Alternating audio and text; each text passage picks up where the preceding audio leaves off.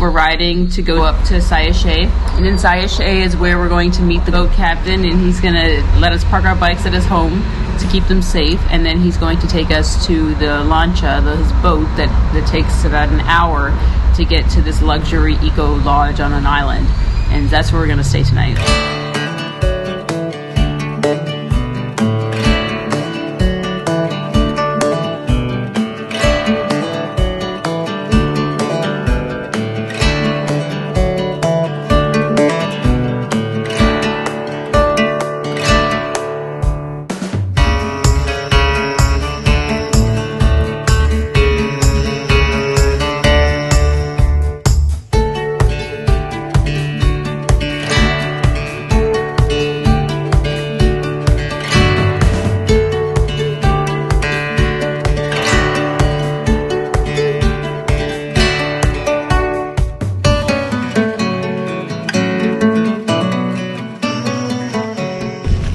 We're at this lake, or I guess laguna. It's a lagoon.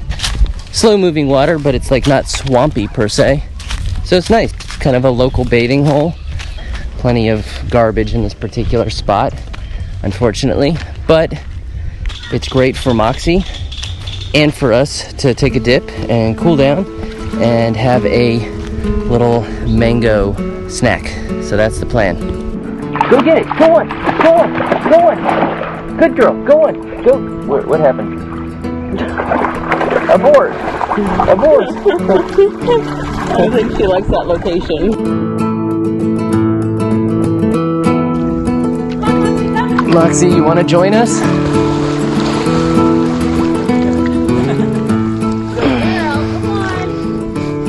Come on. Good girl. Good girl. Come to Mama Bear. Use a snooker face. Yes, a snooker face.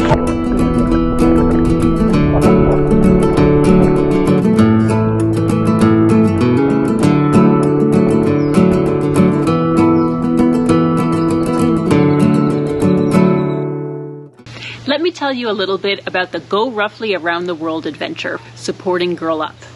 It's going to be an 18-month adventure across 5 continents, where I'll be riding my motorcycle with Moxie on the back in her K9 moto cockpit. The fundraiser is to support Girl Up, which was founded by the United Nations Foundation, and their whole goal is to do leadership and development training for girls around the world. They work in over 120 countries, and they have helped over 90,000 girls. The goal is to raise $100,000 for Girl Up during this adventure. So I really hope that you'll go to GoRuffly.com/world-adventure to donate today and help us reach that $100,000 goal. We've been contemplating the extent to which they may or may not have Wi-Fi at this middle of nowhere place, as if that were the most important thing. And yet, you know, everybody wants to have Wi-Fi or at least data on their phone as often and much as possible. Especially if you've just made a collar or cockpit order or something and are waiting for us to, you know, process it. Hopefully that's what you're doing, and hopefully we have Wi-Fi to process it. Now we're going to get back on the bikes and go for lunch. So we still have some time left before we need to meet our boatman to go over to the island. So it was nice and relaxing. It was still hot. The water was really hot until you swam out a little bit further, but it was refreshing. And up she goes, paddling in the air. She gassed. She gassed? Was that noise? That was her gassing as I lifted her. Yeah, ma-doop-a-doop. Did you gas, Small? Yes.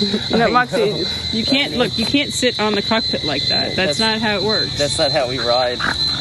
Yeah, ma-dooper. Did you have a good gas? Okay, sit. Good girl. Lay down. Good girl. Good girl. Lay down. I'm proud of it. Okay, Moxers. Yeah, you were gassing last night too, weren't you? Grinchy? Yeah, Moxers.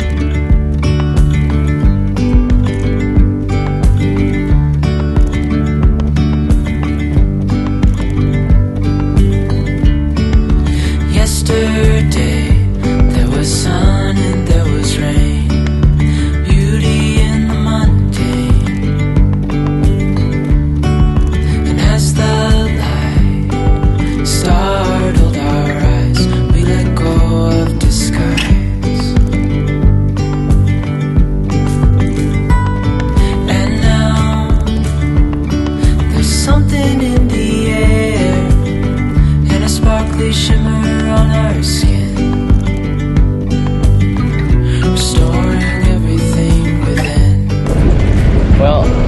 a truck again on this trip. This is 2 trucks more than normal for us, but this is going to take us just a very short distance over to the river. Yeah. Our knowledge of the river consists of the ferry boat that gets us across the river. But this time, apparently, there's like a spur of the river that goes to the southwest from the main river, and that is where this ultra comfort, supposedly, luxury eco lodge is located. We have bug spray? Yep.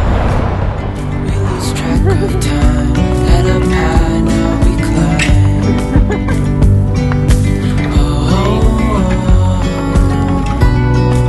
Dreamy, breezy, we go. And we got this curious one whose snout always needs to stick out everywhere.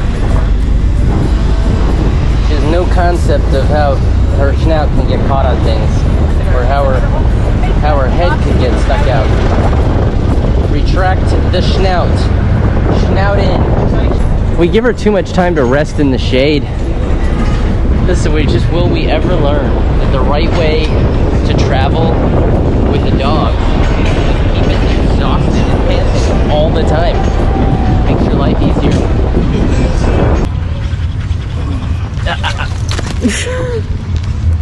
Well, I had to let go. She was already into it. Moxie, stay. Where are you going? Or take your leash off. ¿A dónde vas? Okay. Nobody needs you leashed in at this point. And get your bandana wet. Careful. Moxie. Moxie. Vamos, Moxie. Come on, get your paw in, Mox. Ahí está. Graceful. That was the most awkward moment. Nobody liked Good that. girl. Buenas tardes. Buenas tardes. Ya estamos.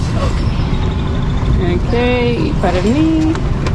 Ok, pues usted es el capitán. So explain it. I haven't like gotten my shit together from our near collapse. I don't know what happened. This She like had her paw she here. was out. I couldn't see where she put her paw. I didn't want to just drop her into the bowels of the Viking boat here.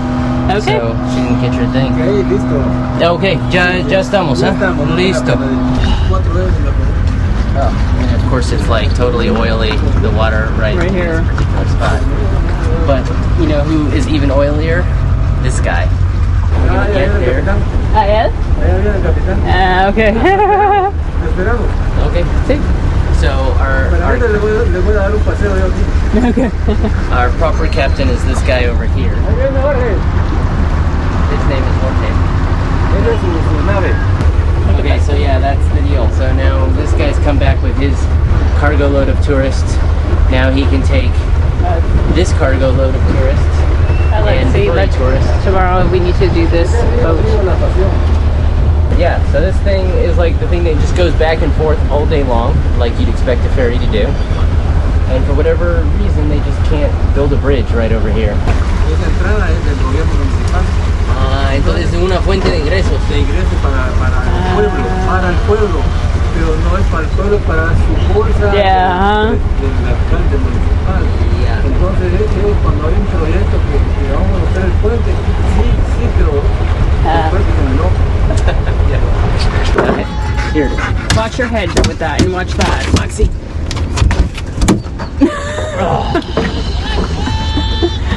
You did a little small. Yeah, She there's actually did take a leap. yeah, there's no gracefulness here. I'm like leaning over. Can we get a shot of the boards there? Look, that's exactly where I was standing in the warped part. So everything was against me on this. Everything was not in my favor to making that come out at all gracefully. Wait, oh my God, Moxie. Ah, esa es más fácil. Ok, pues ya sabes. Es que tenemos una perrita muy atleta. Es lo que pasa. Moxie.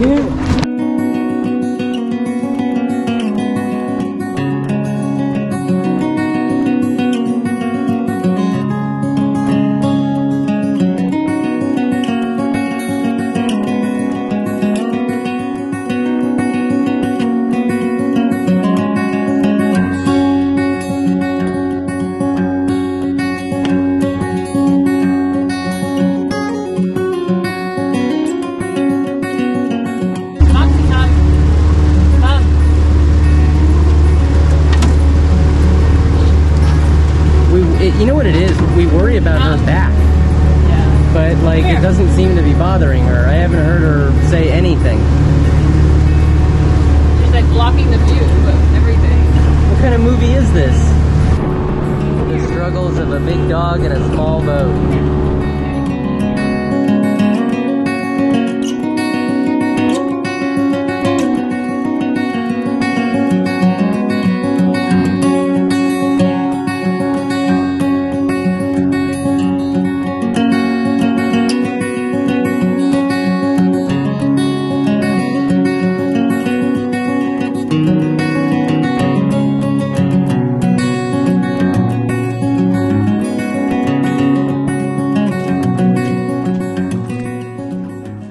Pile right in front of her. She's got her panting going.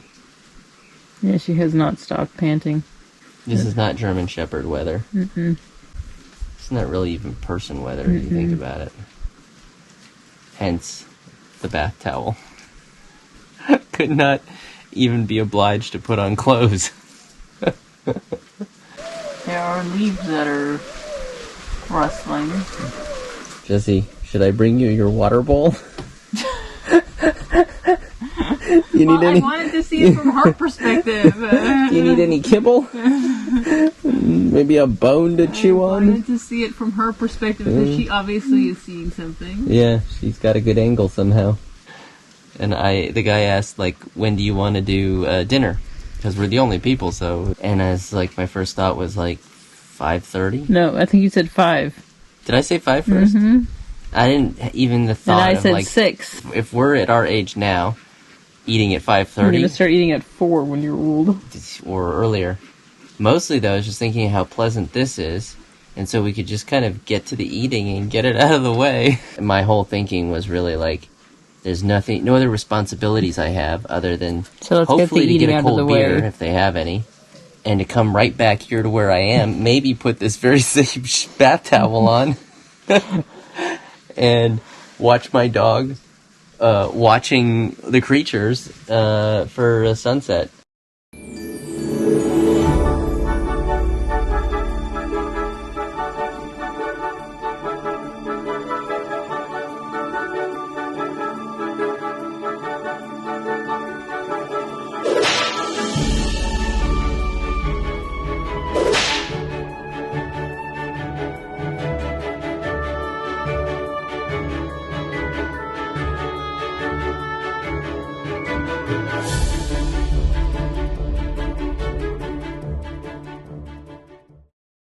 So Jessica was making fun of me about setting the early dinner time. But then, of course, she's in too much of a rush to get there because I could eat. That she just, leaves me behind because I wasn't moving fast enough for her. All right, Jess, tell us what this soup is all about as you shovel it in. Can't even see my face. No, we don't need to see your face. We need to see the soup. The soup is a whiskeel soup. It's like it's a vegetable here. It's like a green sort of pumpkin. Or it's from the pumpkin family.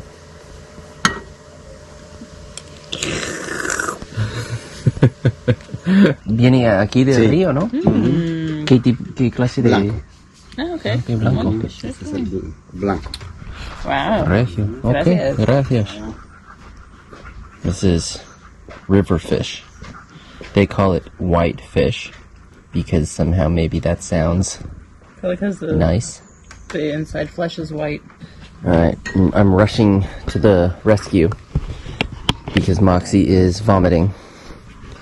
Would you say I'm not rushing, nor am I rescuing anything? I'm just mostly observing. Where did she vomit? Well, I don't even see where she vomited. No, it's like she had an air vomit. Moxie, where did it even go? Well, that's not exciting. I think that it started to come up, and then it realized how hot it is here. It's like, no, better to stay down there where it's cooler. Muy amable, ¿eh? Muchas gracias. Okay, perfecto. Moxie, good, beautiful, swampy water. Yeah, it's always good having Moxie. She really cleans up after us. She loves the tails, the fins, the backbone, the head. Everything's filet mignon to her. Fishy, fishy, fishy.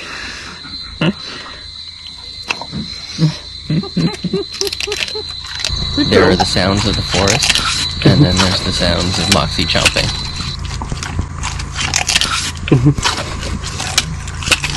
She's gone ravenous. And it's not that she's even that hungry, but think about what she's had today. She's had like 2 pieces of pizza. Yeah. And now she's had Fish heads. 2 fish heads, 2 fish tails, and an assortment of fish fins. So she's gone bonkers. I've got Moxie goo, gracias, all over my hands now. So here's the deal. Our keychain has a flashlight, and so this is definitely going to get us back to our bungalow. I think it's that way.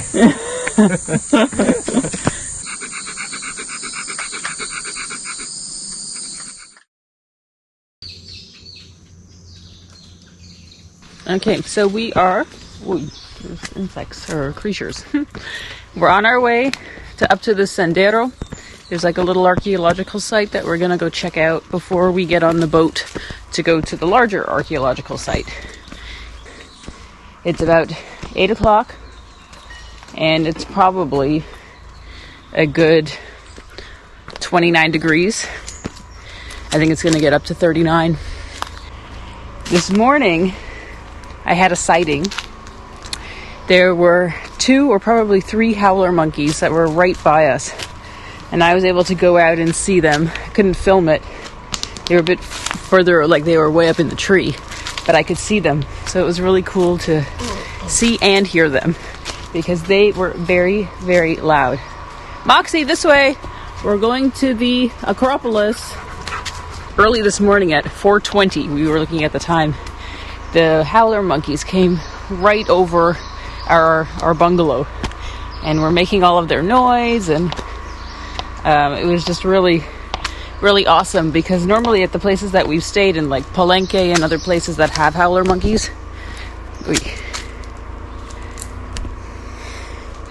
the other places that have howler monkeys, they we never get to really actually see them or hear them up close. It's always they're at a distance, but this time we actually got a chance to hear them, and this morning I got to see them, so I'm really happy about that.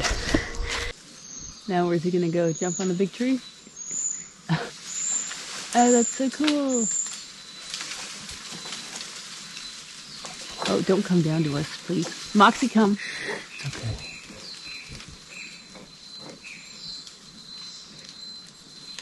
Oh, he's pooping.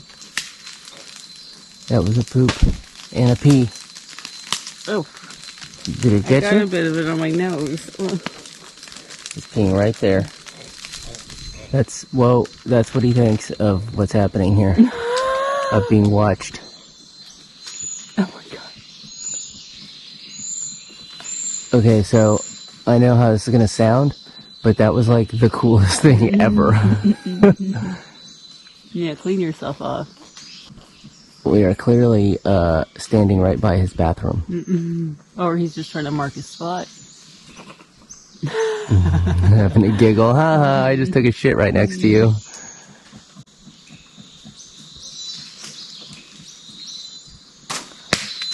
What Whoa. in the shit? Did he just throw that at her? I think, Oh, Greg, she's gonna come at us really quickly. this guy is like, maybe not liking that we're here. Are those aggressive gestures? I think he's itching himself. Oh. I scratch my armpit at you. I don't think he likes us here. No, I don't imagine he does. And then we've got the hunker over And here. if they work like velociraptors, then probably his mate is like sneaking up behind us to drop coconuts on our head or something. Very cool. That was definitely a close encounter. Hello. Ooh. So the bugs here, you can see me swatting at my face. are pretty bad. They're probably coming towards my breath. And they did tell us to wear... Get it. You gotta wipe at it. Get it. Hold on, I got it. There you go. All gone. Yeah? All gone. Ugh, fucking shit. I guess my glasses are really helping. We had a bug freak out. Bug attack. It got into my eye. Like into it, like inside. Like burrowing in there into the whites of it. Moxie, leave them. She had to go for the vultures.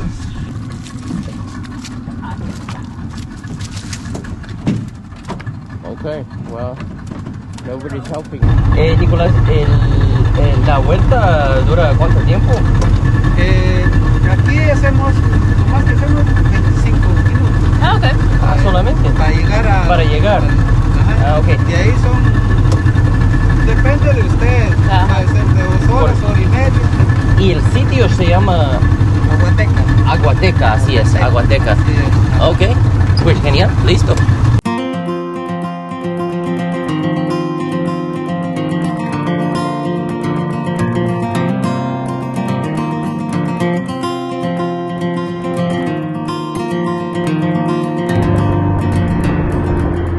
So we are stuck because we got a little Shallow. shallow. We ran into some branches and things. Moxie was just perched up on the thing when all of a sudden we came to a stop. So she got a bit of a scare. You lean more to your side, Greg. Got the sound of the bottom of the boat and all the branches and everything. So there's a couple of these stretches that are quite shallow. And then I think up there ahead we meet up with the main part of the river again. Hold on, Moxie, wait. Oh, is she okay? Okay. Is she okay? She like fell out of the boat. I hope you guys enjoyed the episode. I think you guys probably have picked up that Greg and I have a certain type of banter that we like to do. It can be considered a little bit sharp, but it's the way that we've always sort of been together. So I hope you guys are not taking it like it's a negative when we make fun of each other, because we just are just having a laugh. But one of the things that is really important when you're traveling with your partner is sort of that learning phase. If you've never traveled with your partner and been together 24/7, obviously there's a lot of things that are going to come up that could potentially stress you guys out. One of the things that I've sort of learned by traveling with Greg and being together 24/7, especially when we're traveling, are these few key things that I think could be helpful if you are traveling with your partner. The first one is make sure that you guys have food. That's always a key thing for me. I'm one of those people that when my blood sugar gets low, I get testy, I feel stressed, and I like to take it out on Greg. So it's always important that I've got a granola bar or I've got something stashed in my tank bag so that I could easily get it even if we're in the middle of nowhere. So making sure that you have food on hand is a great way to prevent arguments. Second tip, make sure that you can find shade. That's another thing that can cause problems. If you're too hot or you're too cold, those are normally key triggers for me as well. So if Greg wants to have a nice trip with me, we always make sure that there's a place that we're going to stop if it's gotten to be too much. That's a nice and cool place, or if it's cold out, a warm place, just to take a little bit of a breather and relax, just to get that anxiety down. And those are the types of things that you learn when you're traveling with your partner about what are their triggers and how you can handle them. And when you're moto camping and there's so much extra stress out there, it just makes it a lot easier if you know these things in advance. The other thing to think about is to take things slow. Greg and I are notorious for like packing too much in a day or planning these like long days with Moxie. That's just a recipe for disaster, because there's always something that goes wrong. Either there's a problem with the bike, or we have an issue crossing a border, or there's something with Moxie where she needs to take some time out. You just have to make sure that you plan for that. And by not packing your day completely on the onset when you're ready to go for your adventure because you're so excited, it just makes it better for you and for your relationship. Another thing that I find really useful is before you start off on your day or at the beginning of your trip is just take a few moments to sit down with your partner, sort of talk through about what your expectations are for the day, just so that you guys are all on the same page. And if there's any questions at that point, it's better to address them then than wait until you're on the road and have a blow up. It's also a good idea to sort of have a debrief at the end of the day and have a little chat about how things went during the day, what things could have been done better, how did you guys interact with each other. It's just sort of relationship stuff 101, but it's really helpful so that you can make sure that the next day, if there were any triggers or anything that was bothering you about that day, you can address it so that it doesn't happen the next day. Having clear roles can also help too. Doesn't have to be gender roles, anybody can do anything, but knowing exactly what one person is supposed to do and the other person is supposed to do, it makes it a lot easier when there's a lot of stuff that's going on. So I know that at the end of the day, I'm the one who's going to lube the chains for the bike. And I know that Greg is going to be the one who's going to take down the stuff from the bikes and bring it to the campsite or to the hotel or wherever we are. That way we can get things done quicker and then we're not sort of stepping over each other trying to get things done. When we're at a campsite, I like to be the one who like sort of sets up the tent and puts everything inside so that I got our thermarest and I have our sleeping bags and the pillows and everything sort of arranged inside. And while I'm doing that, Greg is busy sort of arranging the campsite and making sure that the camp stove is getting set up, and so that once I come out, then we can start preparing food. So just those simple things, they just really help in the long run. The last thing is key if you're traveling with your dog and there's two of you. You need to make sure who is in charge of the dog when.